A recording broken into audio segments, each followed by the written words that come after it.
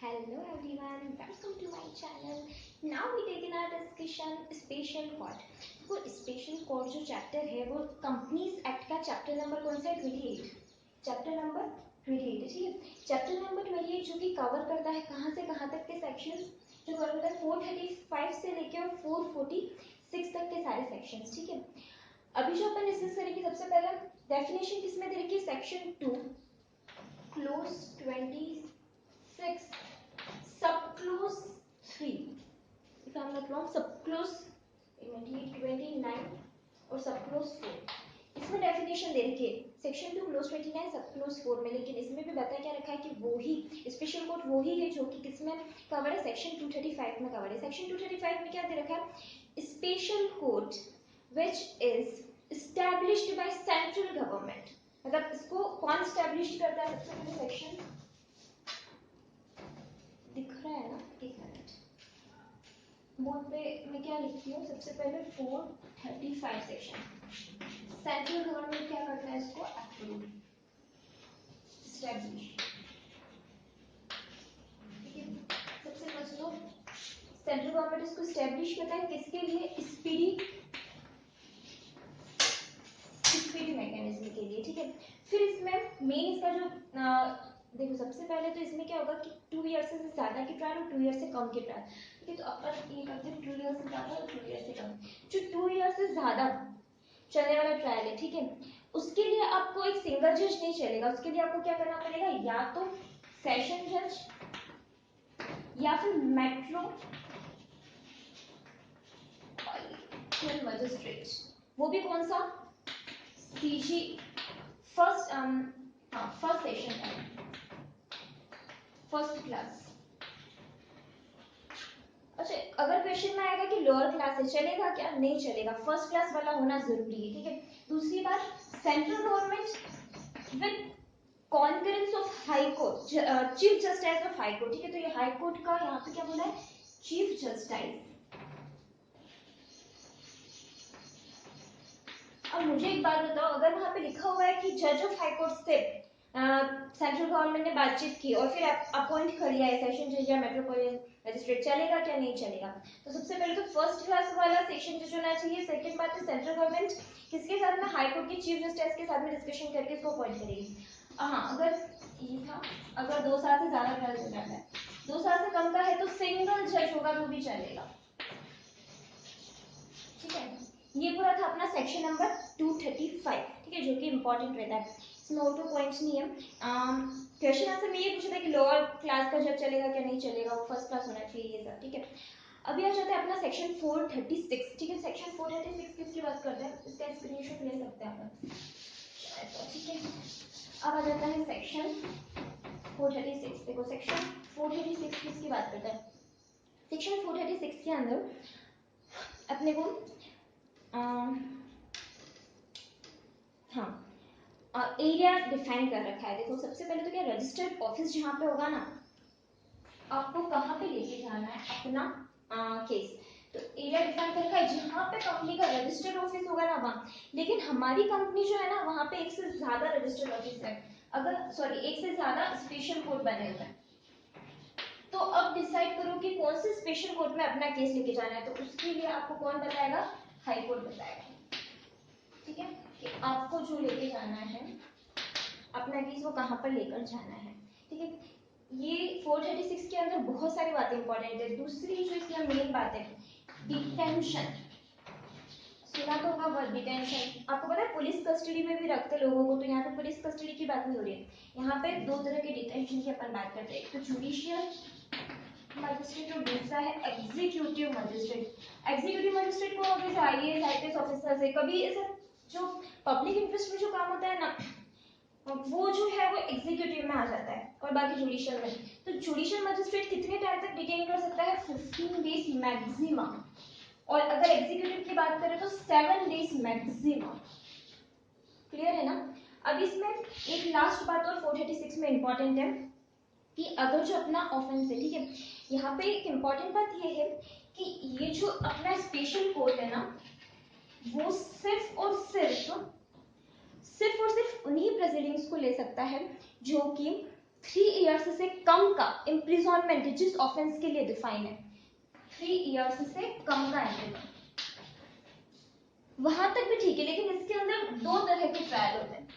पहला तो होता है स्पीडी, उसको अपन क्या बोलते हैं, स्पीडी को समरी ट्रायल, इसको बोलते हैं अपन समरी ट्रायल, और दूसरा होता है क्या, रेगुलर ट्रायल। समरी ट्रायल में सिर्फ वो ही केसेस कंक्लूड किए जा सकते हैं जिसका इम्प्रिजनमेंट 1 साल से कम का दिया गया, ठीक है, लेस देन 1 ईयर। अगर 1 साल से ज्यादा का इम्प्रिजनमेंट है तो फिर आपको कहाँ जाना पड़ेगा, रेगुलर ट्रायल में। ये था अपना पूरा सेक्शन 436। लास्ट में सारे सेक्शंस रिवाइज कराओगे, ये सब तो सिर्फ स्क्रीनशॉट ले सकते उसके लिए, क्योंकि इसके नोट्स मेरे प्रॉपर प्रिपेयर नहीं है।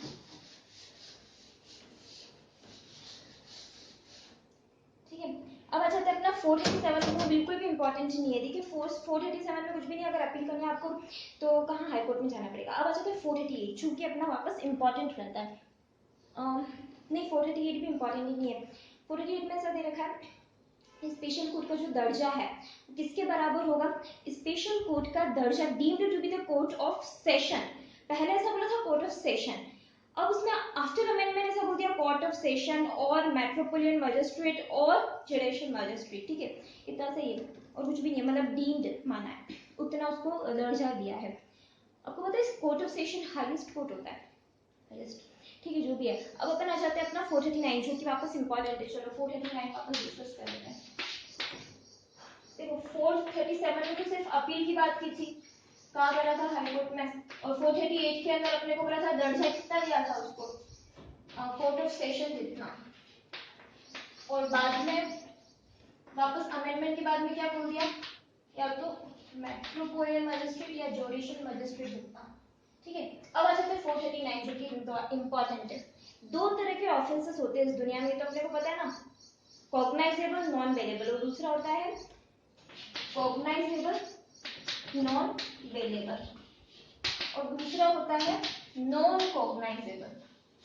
संगीन अपराध जो होता है ना वो होता है कॉग्नाइजेबल। ठीक है, ये जो कॉग्नाइजेबल ऑफेंस है ना, सिर्फ 212 सबसेक्शन 6 वाला जो है, ये कौन सा था अपना, जहां पे आपको पता हो एसएफआईओ जो आता है ना, एसएफआईओ आके और अपने को 212 सबसेक्शन 6 बिल्कुल सही, एसएफआईओ डिसाइड करता है। ठीक है, वो केस, तो वो वाला जो है एसएफआईओ वाला इन्वेस्टिगेशन, सिर्फ वही कॉग्नाइजेबल और नॉन बेलेबल किसमें, कंपनीज एक्ट में, बाकी सारे ऑल अदर किसमें आ जाते हैं, नॉन कॉग्नाइजेबल में। अब इसमें दो क्वेश्चंस आएगा एग्जाम में, पहला तो डिविडेंड्स डिक्लेयर किया, ठीक है, और देना भूल गए, तो फिर क्या है, ये वाला जो आएगा वो किसमें आएगा, नॉन कॉग्नाइजेबल में।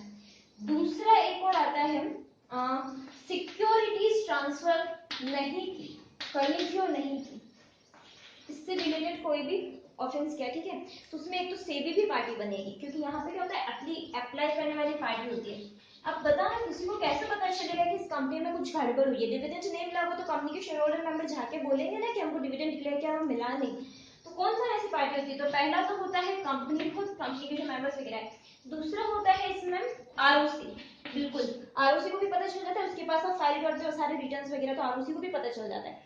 तीसरी जो पार्टी है ना वो है सेंट्रल गवर्नमेंट, सेंट्रल गवर्नमेंट, हाँ सेंट्रल गवर्नमेंट भी एक पार्टी है इसमें, जो अप्लाई कर सकते हैं उनमें। इसमें कुछ अमेंडमेंट भी आया हुआ था, वो मुझे अभी याद नहीं आ रहा है। Written complaint, central government authorise करती है किसी भी पर्सन को, हाँ approval of government company only, central government सिर्फ गवर्नमेंट कंपनी में ही आएगी। ठीक है, ये लोग अप्लाई करते हैं। ठीक है, सिक्योरिटीज वगैरह ट्रांसफर इसमें एक सेबी भी आ जाता है। तो इसमें क्या है, ये दोनों कौन से ऑफेंसेस अपने नॉन कॉग्नाइजेबल, और 212 वाले कौन से होते हैं, नॉन बेलेबल। देखो नॉन बेलेबल ऑफेंस में क्या होता है कि वो डिस्करेज कर रहे हैं पर्सन को कि वो रिपीट ना करे इस ऑफेंस को, या दूसरे पर्सन ऐसा ऑफेंस ना करे, तो इसलिए उसको बेल, नॉन बेलेबल मतलब जमानत पे रिहा नहीं किया जाएगा आपको। ठीक है, वो होता है नॉन बेलेबल, तो वो ऑफेंस कौन सा है, 212 सबसेक्शन 6 का। यहाँ पे अपना खत्म हो जाता है 439। अब आ जाता है 440। 440 इतना इंपॉर्टेंट बिल्कुल नहीं है, ट्रांजिशन प्रोविजन था जो उस जमाने में था, जबकि 1956 के एक्ट से अपन ने किस में आए थे, अपन 2013 के एक्ट में आया था। बस इसमें एक थोड़ा सा अमेंडमेंट था जो अपन ने पहले भी देखा था 438 में कि अमेंडमेंट क्या था, जहाँ पे कोर्ट ऑफ सेशन है वहां पे साथ में अब क्या क्या आ गया, कोर्ट ऑफ सेशन। सेकंड आ गया है इसके अंदर मेट्रोपॉलिटन मजिस्ट्रेट और एक जुडिशियल मजिस्ट्रेट को ऐड किया, जहाँ पे भी कोर्ट ऑफ सेशन लिखा हुआ था। ठीक है, 440 में ऐसा कुछ भी नहीं है। तो अपना जो 440 है वो तो ट्रांजिशन प्रोविजन है, और 441 जो है कंपाउंडिंग, वो अपने कोर्स से हटा दिया गया है, कोर्स से हटा दिया 441, और डिस्कस नहीं कर रही। बाकी होता है क्या, कंपाउंडिंग मतलब कम करो हमारे जो भी इम्प्रिजनमेंट या फाइन लगा हुआ है तो कम करो, और कुछ नहीं है। अब आ जाते हैं अपन किसमें, 442, 442, 443, 444 और 445, चारों भी डिस्कस करेंगे अपन। ठीक है, किसकी बात करता है ये 442? हाँ, मीडिएशन। आपको पता है बीच की पार्टी मीडिएटर, ठीक है, जो कि सेंट्रल गवर्नमेंट अपॉइंट करेगा। Mediation cancellation, mediation and conciliation panel ये बनाया हुआ है। ठीक है, तो ये है क्या, 442 मीडिएशन कैंसिलिएशन पैनल बनाया हुआ। किसने बनाया? सेंट्रल गवर्नमेंट ने। क्यों बनाया? ये पैनल है मतलब एक्सपर्ट्स हैं इसमें। ठीक है, देयर आर एक्सपर्ट्स। ये बनाया क्यों है? किसी भी जो अपना केस चल रहा है, ठीक है, उसको फ्रेंडली मैनर में क्या करने के लिए, खत्म करने के लिए, डिस्पोज ऑफ करने के लिए, फ्रेंडली मैनर में।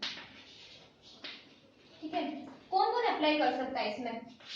अप्लाई कर सकता है तो पार्टी खुद कर सकती है, पार्टी चाहती नहीं है कोर्ट में जाना, तो आउट ऑफ, इसको अपन मतलब सिंपल शब्दों में आउट ऑफ कोर्ट सेटलमेंट भी बोलते हैं। ठीक है, कि हम कोर्ट के अंदर जाना नहीं चाहते, तो अपने को ये एमएनसी दिया हुआ है। फिर इसमें आ जाता है, एक तो अप्लाई करती है पार्टी, दूसरा इसमें ट्राइब्यूनल भी अप्लाई कर सकता है, सेंट्रल गवर्नमेंट भी अप्लाई कर सकती है, या ऐसी कोई भी जुडिशियल अथॉरिटी जहाँ पे केस पेंडिंग चल रहा है। ये शब्द ध्यान रखना, अगर यहाँ पे केस पेंडिंग चल रहा है और वो सोचते हैं कि ये एमएनसी में जाके सॉल्व होना चाहिए, तो वो लोग भी क्या कर सकते हैं, अप्लाई कर सकते हैं। क्लियर है? एमएनसी।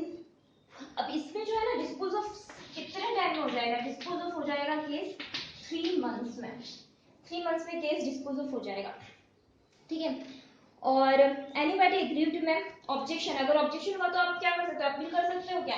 भाई खुद ही आप एमएनसी में गए, आप ऑब्जेक्शन हुआ तो अपील नहीं कर सकते हो, लेकिन ऑब्जेक्शन रेज कर सकते हो।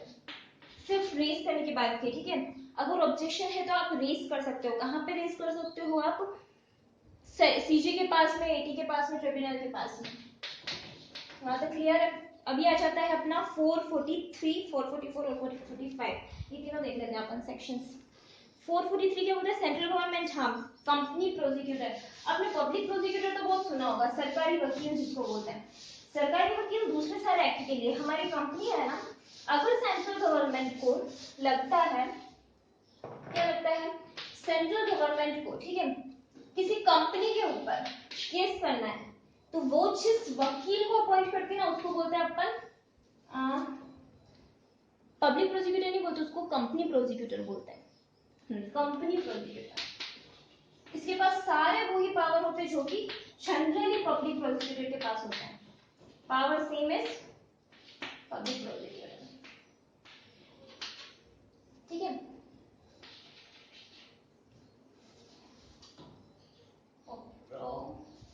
क्या किया मैंने, क्या लिखा?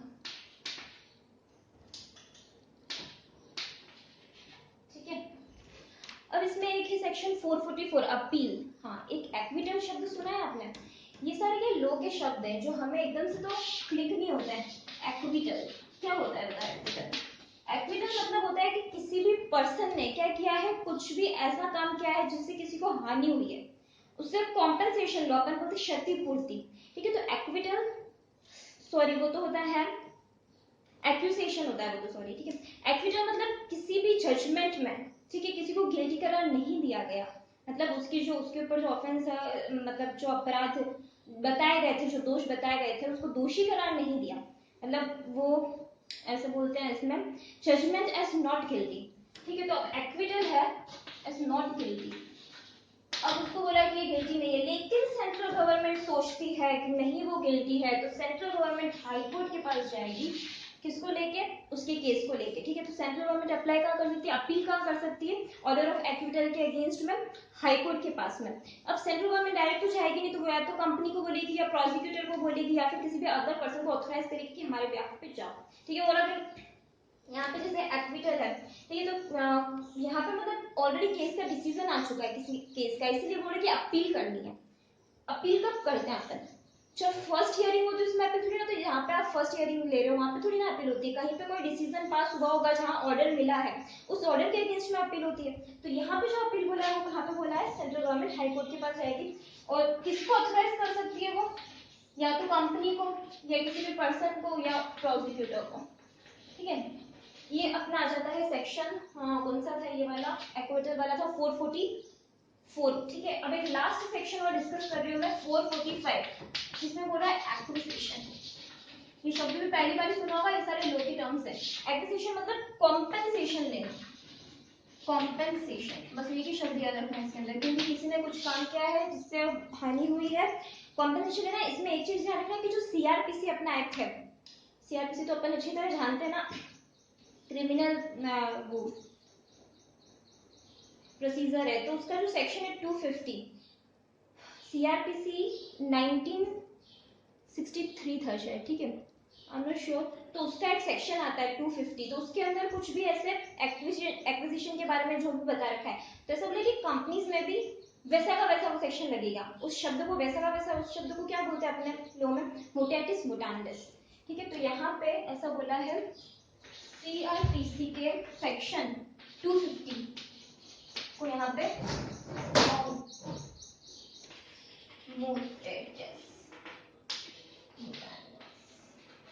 लगेगा, ठीक है। तो यहाँ पे अपने क्या हो गया, पूरा का पूरा एक बार का स्पेशल कोड खत्म हो गया। मैं एक बार फटाफट से रिवाइज करवा रही हूँ, विद इन 3 मिनट्स हमको रिवाइज करना है इसको। सबसे पहले आ जाता है स्पेशल कोड, जो कंपनीज एक्ट का चैप्टर नंबर कौन सा कवर करता है, चैप्टर नंबर 28, ठीक है। कहाँ से कहाँ तक के सेक्शन है, जब भी अपन आंसर करते हैं तो सबसे पहले चैप्टर नंबर लिखते हैं, फिर वो कवर्ड सेक्शन लिखते हैं, जो सेक्शन कवर है 45 से लेकर 446 तक, फिर अपन जो पूछा हुआ प्रोविजन है उसका पर्टिकुलर सेक्शन लिखते हैं। तो यहाँ पे सबसे पहले लिखते हैं डेफिनेशन, डेफिनेशन दे रखी है सेक्शन 2 क्लोज 24 सब क्लोज 3 के अंदर, सॉरी 4 के अंदर क्या बोला है कि जो 435 में डिफाइन है वो कोड ही स्पेशल कोड है। 435 में क्या डिफाइन है, जो स्टैब्लिश करेगा सेंट्रल गवर्नमेंट है, ठीक है।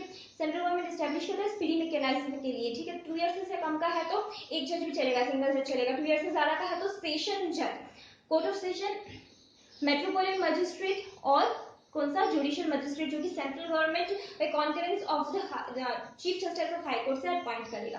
फिर आ जाता है सेक्शन 439, इसमें ये था कि जो lower magistrate of lower court है, ठीक है, तो चलेगा नहीं, फर्स्ट क्लास होना चाहिए, ठीक है। तो magistrate of metropolitan magistrate of judicial magistrate of first class वही चलेगा, ठीक है। अब आ जाता है सेक्शन 436, जिसमें बोल रखा है सेक्शन 436 में एरिया, कौन सा एरिया होगा, जहाँ पे कंपनी का रजिस्टर्ड ऑफिस है, लेकिन जहाँ रजिस्टर्ड ऑफिस है, जैसे पुणे में है, बॉम्बे में है, वहाँ पे एक नहीं दो स्पेशल कोर्ट है, तो आप क्या करें, तो कौन डिसाइड करेगा, फिर हाई कोर्ट डिसाइड करेगा कि किस कोर्ट पे आपको केस लेकर जाना है, ठीक है। फिर इसमें आ जाता है कि डिटेंशन, अगर एग्जीक्यूटिव मजिस्ट्रेट है 7 दिन और जुडिशियल मजिस्ट्रेट तो 15 दिन तक डिटेन करके रख सकते हैं। फिर आ जाता है 430 नहीं, इसी के अंदर फिर एक बात और बता रखी है कि जो स्पेशल कोर्ट है वो ऐसे ही ऑफेंसेस, क्योंकि यहाँ पे स्पीडी में खत्म हो रहा है ना, तो बोलते हैं कि 3 साल से कम का जहाँ इम्प्रिजनमेंट डिफाइन है उन्हीं केसेस को आप लो, तो 3 साल से ज्यादा है तो फिर वो रेगुलर मतलब उसमें क्या होगा, स्पीड में चलेगा नहीं का, ठीक है। और दूसरी बात, वापस स्पेशल कोर्ट में 2 तरह के प्रोसीजर है, पहला है रेगुलर, दूसरा है समरी। समरी में उन्हीं प्रोसीजर, समरी मतलब फटाफट खत्म कर रहे हैं हम बोलो, ठीक है, आधे से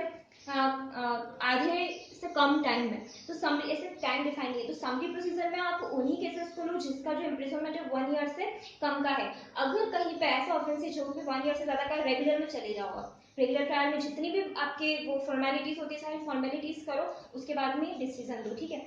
यहाँ पे क्या हो रहा है कि जो डिसीजन, जैसे अपन ने काम किया, फिर अपन ने जो डिसीजन लिया कोर्ट ने, तो डिसीजन आ रहा था कि उसका 1 साल से भी ज्यादा का इम्प्रिजनमेंट बन रहा है सारी हियरिंग होने के बाद। अब अगर 1 साल से ज्यादा का जो बन रहा है ना उसका इम्प्रिजनमेंट, तो अब आप वापस रेगुलर में जाओ, क्योंकि आपने कुछ फॉर्मेलिटीज खत्म नहीं की, सम वीक जब ट्रायल किया था तब। तो अब आप रेगुलर में जाओ, वो सारी फॉर्मेलिटीज भी पूरी करो, तभी आप एक साल से ज्यादा वाले इम्प्रिजनमेंट के लिए बोल सकते हो, जजमेंट दे सकते हो, ऑर्डर दे सकते हो, ठीक है।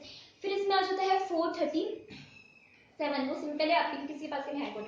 फिर इसमें 438, वो भी सिंपल है।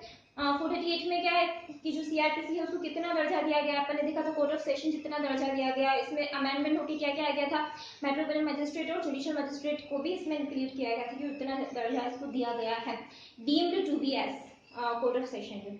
फिर 439 के अंदर क्या था, 439, हाँ वो भी इंपॉर्टेंट है। ऑफेंसेस कितने प्रकार के होते हैं इस दुनिया में, दो प्रकार के ऑफेंस पाए जाते हैं, एक तो होता है नॉन कॉग्नाइजेबल और दूसरा होता है कॉग्नाइजेबल नॉन वेलेबल। कॉग्नाइजेबल नॉन वेलेबल मतलब होता है संगीन अपराध, जो कौन सा है 212 सबसेक्शन 6 में एसएफआई जो इन्वेस्टिगेशन करता है उसमें जो विजिटिंग होती है, ठीक है वो।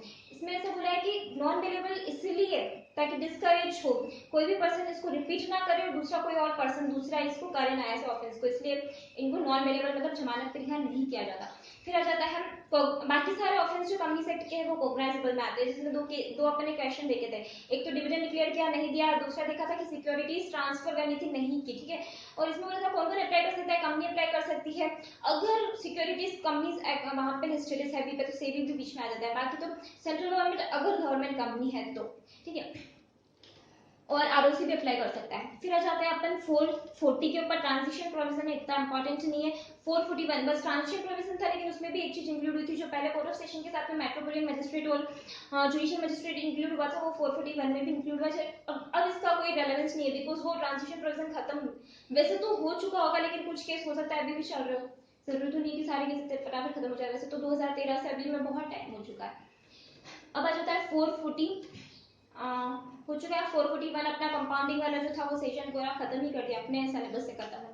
आ जाता है 442, हाँ ये अच्छा है, मीडिएशन कंसिलिएशन पैनल कौन बनाता है, central government expert of panel, expert का पैनल बनाती है, ठीक है। कौन जाता है इसके अंदर, कंपनी जा सकती है, मतलब कंपनी की कोई भी जो पार्टी से वो जा सकती है, एनी पार्टी, और दूसरा है सेंट्रल गवर्नमेंट एपेलेट ट्रिब्यूनल तब जब उनके वहां क्या है वो पेंडिंग चल रहा है, केस पेंडिंग चल रहा है देन ओनली, ठीक है। इसमें क्या होता है फ्रेंडली मैनर में उस केस को डिस्पोज ऑफ करते हैं, इसको generally out of court settlement बोलते हैं, ठीक है। अभी यहाँ पे कोई भी अगर एग्रीव और डिस्पोज ऑफ कितने टाइम हो जाता है 3 महीने में, एग्रीव पार्टी अपील नहीं कर सकती है, सिर्फ ऑब्जेक्शन रेज कर सकती है, किसके पास में ऑब्जेक्शन रेज कर सकती है, ऑब्जेक्शन रेज कर सकते हैं या तो अपीलेट ट्रिब्यूनल सेंट्रल गवर्नमेंट के पास में, ठीक है। फिर आता है 443, सेंट्रल गवर्नमेंट अपॉइंट करती है कंपनी प्रोसिक्यूटर को, जैसे अगर किसी भी कंपनी में सेंट्रल गवर्नमेंट को लगता है कुछ गड़बड़ है, हमको अपॉइंट करना है, केस चलाना है इसके ऊपर, तो कंपनी प्रोसिक्यूटर, सारे डेट्स कैसे होंगे, जैसा पब्लिक प्रोसिक्यूटर सरकारी वकील के होते हैं वैसे, ठीक है। फिर आता है 444, अपील करनी है, ठीक है, अपील करनी है अगेंस्ट एक्विटर, एक्विटर मतलब जिसको गिल्टी करार नहीं दिया गया, ठीक है, उसके ऊपर अपील करनी है, तो क्या करेंगे सेंट्रल गवर्नमेंट डायरेक्ट करेगी, किसी भी पर्सन को ऑथराइज करेगी, प्रोसिक्यूटर को, कंपनी प्रोसिक्यूटर को बोलेगी कि क्या करो, अपील करो, कहां पे, हाई कोर्ट। इसमें अदर देन हाई कोर्ट, हाँ ऐसा मतलब डिसीजन जो कि हाई कोर्ट में नहीं आया कहीं और, उससे जो लोअर कोर्ट थे उसमें डिसीजन आया, उसमें एक्विटल मिला, ठीक है ना, हाई कोर्ट में अगर एक्विटल मिला है तो फिर सेंट्रल गवर्नमेंट वो नहीं कर सकती अपील। फिर इसमें 445 कॉम्पेंसेशन, क्या बोलते हैं एक्विजिशन, मतलब क्लेम, ऐसा क्लेम कि किसी ने क्या किया है, कुछ ना कुछ गड़बड़ की है, तो अब वो क्या करेगा, कॉम्पेंसेशन उससे लिया जाएगा। एक्विजिशन में किसी ने कुछ समथिंग रॉन्ग, किसी ने कुछ गलत किया, ठीक है, तो अब उससे कॉम्पेंसेशन लिया जाएगा, और कैसे उसको कॉम्पेंसेशन को लेंगे कैसे, वो पूरा प्रोसीजर जो है वो सीआरपीसी के सेक्शन 250 के अंदर जो बता रखा है, क्रिमिनल प्रोसीजर कोड जो है अपना, उसमें जो बता रखा है 250 सेक्शन में, वो पूरा मोटेटिस मुटाटिस मतलब एज इट इज लग जाएगा। तो ये पूरा अपना जो चैप्टर था वो कौन सा था, special code, chapter number 28 of companies act 2013। Notes वैसे तो नहीं मिलेंगे क्योंकि इस पे स्क्रीनशॉट आपने लिया होगा जो मैंने लिखा उसका, और वैसे मैंने 1-2 पेज के नोट्स बना रखे हैं, वो बहुत सिस्टमेटिक तो नहीं है पर फिर भी मैं उसको अपने डिस्क्रिप्शन में शेयर कर लूंगी, ठीक है। Thank you very much.